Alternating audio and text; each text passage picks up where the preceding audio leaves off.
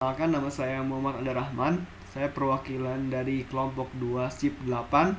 Jadi saya dari kelompok 2 terdiri dari dua anggota lainnya, yaitu Kuntari Puspasari dan Cynthia. Nah, kemudian di sini saya akan menjelaskan tentang tugas mandiri pada modul 7 di sini. Nah, di sini kita lihat berdasarkan studi kasus, Telkom University mengembangkan proyek sistem registrasi mata kuliah. Studi kasus ini sama seperti studi kasus tugas mandiri sebelum-sebelumnya. Nah, di sini terdapat beberapa sistem informasi. Nah, terdiri dari beberapa entitas, mahasiswa, dosen dan dosen wali serta mata kuliah. Nah, di sini akan terjadi proses registrasi mahasiswa. Nah, untuk tugas sendiri berdasarkan skenario di atas akan dibuat physical data model dan physical data model menuju Microsoft Access. Nah, lanjut langsung ke proses langkah-langkahnya saja. Nah, berdasarkan studi kasus itu, saya akan menggambarkan proses pembuatan. Pertama-tama, kita buka terlebih dahulu file PDM-nya yang telah kita lakukan sebelumnya pada modul 2. Nah, kemudian klik Tools, yang kemudian klik Generate Physical Data Model. Nah, setelah diklik, maka akan muncul tampilan seperti ini. Kita akan bisa ganti name-nya menuju Yggdrasias, menjadi Yggdrasias. Kemudian terdapat tampilan seperti di layar ini. Setelah itu, kita akan mencoba meng-generate database yang ada menuju mengekspor menjadi Microsoft Access. Nah, langkah-langkahnya itu untuk mengklik database, kemudian generate database, kemudian muncul tampilan seperti berikut.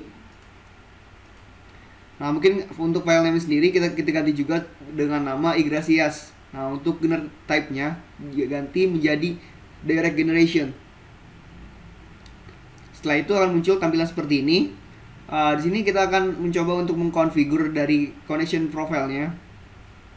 Setelah itu muncul tampilan di sini kita membuat data source baru. Nah, sini untuk type-nya sendiri user data course. Nah, di sini kita pilih Microsoft Access. Setelah itu akan muncul tampilan seperti ini. Nah, untuk data source name-nya kita ganti menjadi nama Yggdrasias. Nah, untuk file directory sendiri ditentukan berdasarkan keinginan user. Nah, di sini saya akan menaruhkan filenya di Practicum APSI. Setelah itu untuk konfigur muncul sendiri akan klik OK. Setelah itu lanjut ke connect. Di sini kita mengkoneksikan data source yang sudah telah dibuat. Setelah itu klik OK. Maka akan muncul pada folder yang telah ini berupa file Microsoft Access. Nah, di sini berdasarkan studi kasus tersebut kita juga untuk pembuatan Microsoft Access. Di sini Microsoft Access adalah proses pembuatan form dari database yang telah dilakukan. Nah, di sini untuk langkah-langkahnya seperti ini tampilan dari Microsoft Access-nya. Terdiri dari 4 tabel: approval, mahasiswa, mata kuliah, dan registrasi. Nah, untuk langkah-langkah pembuatan formnya sendiri bisa klik tabel approval, double klik, kemudian akan muncul seperti ini. Nah, kemudian kita akan mengklik create. Untuk langkah selanjutnya kita dapat mengklik form wizard, kemudian next. Untuk fieldnya kita ditransferkan semua, kita pilih semua. Kemudian untuk layoutnya kolumnar, kemudian kita ganti nama jadi form approval. Nah, setelah itu tampilan form approval menjadi seperti ini. Nah, kita ganti menjadi design view. Pada langkah ini kita menambahkan beberapa operasi button, yaitu ada find next, add record, save record, delete record, close form. Nah, setelah itu ini untuk tabel form approval. Kemudian ada form mahasiswa. Nah, begitu juga kita tambahkan untuk proses untuk beberapa butonnya seperti pada langkah pertama. Kemudian pada juga form mata kuliah. Form mata kuliah juga ditambahkan, form registrasinya. Untuk tambahan buttonnya juga, dan yang ini merupakan tahap terakhir dari form terakhir dari database ini. Mungkin sekian presentasi dari saya, akan dilanjutkan oleh teman saya sendiri lagi. Oke, jadi di sini saya akan menjelaskan setelah Anda jelaskan tentang generate cycle data model, selanjutnya yaitu kita akan masuk ke generate langkah-langkah pembuatan form pada Microsoft Excel. tadi kan ini sudah di-generate, sudah sampai sini database generation. Lalu masuk ke Microsoft Access. Nah, di sini kan sudah ada tabelnya, udah ada approval, mahasiswa, mata kuliah, dan registrasi. Nah, untuk memulai itu semua, bisa klik pada create di form wizard. Nah, di sini data-datanya udah ada dari yang sebelumnya, dari PDM. Kemudian, untuk yang approval ini, langsung untuk ID, NIM, NIP, dan statusnya dimasukkan semua ke sini ke selected formnya, lalu pilih kolomnar, kemudian lalu buat judulnya form approval. Nah, untuk ininya, ini di sini open the form to view or enter information. Lalu setelah klik finish akan muncul form approval-nya. Nah, tadinya kan ini masih kosong sebenarnya, terus kita tambahin nih button. Ada untuk find next, add record, save record, delete record, and choose form. Nah, setelah itu lanjutkan lagi yang sama, form yang sama, hanya untuk tablesnya itu pakai yang tb_mahasiswa. Nah, ini untuk membuat form mahasiswa. Langkah-langkahnya sama seperti di atas, sama persis seperti di atas. Dan untuk pembuatan formnya juga sama, menambahkan find next, add record, save record, delete record, dan post form. Nah, itu untuk yang form mahasiswa. Selanjutnya akan yang untuk form mata kuliah dan registrasi akan dijelaskan oleh Cynthia.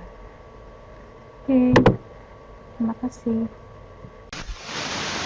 Baik, di sini saya akan menjelaskan kembali atau melanjutkan kembali mengenai si kasus tugas mandiri untuk modul terakhir, yaitu modul 7.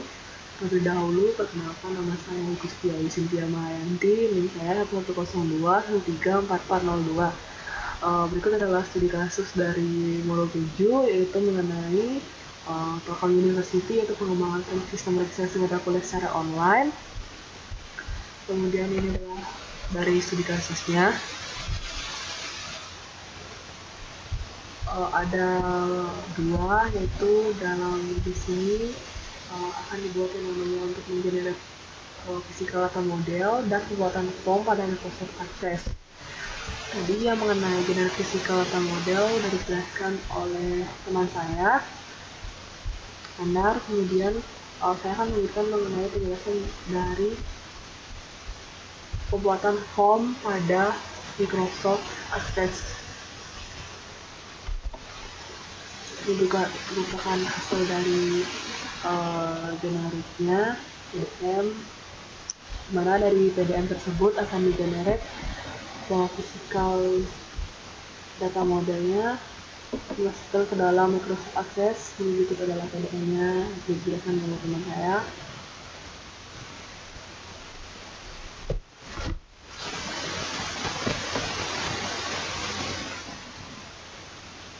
Setelah teman saya, saya kembalikan mengenai penjelasan dari form pembuatan pada Microsoft Access. Ini adalah manual tampilan dari Microsoft Access. Kemudian di sini ada cara pembuatan itu untuk yang namanya pembuatan dari form wizard untuk masing-masing form yang diperlukan untuk registrasi mata kuliah.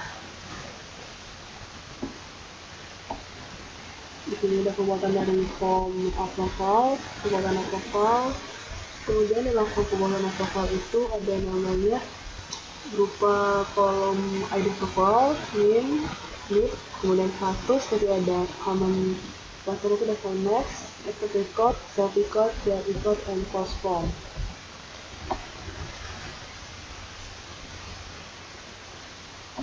Kemudian di form mahasiswa sama seperti yang sebelumnya, cara pembuatannya itu adalah form mahasiswa itu sendiri, ada yang namanya mengenai NIM, ID approval, kemudian ID registrasi, nama mahasiswa dan program studi.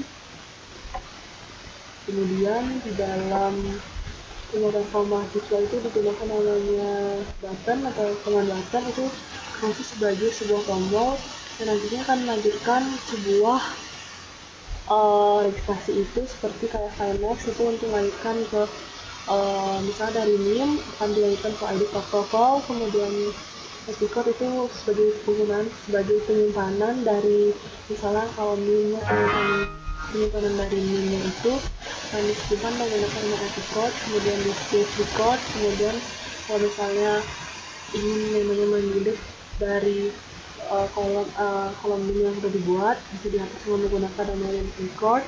Kemudian nanti setelah di record akan dibuat namanya apabila sudah selesai merecord atau menyimpan akan dilakukan dengan post form.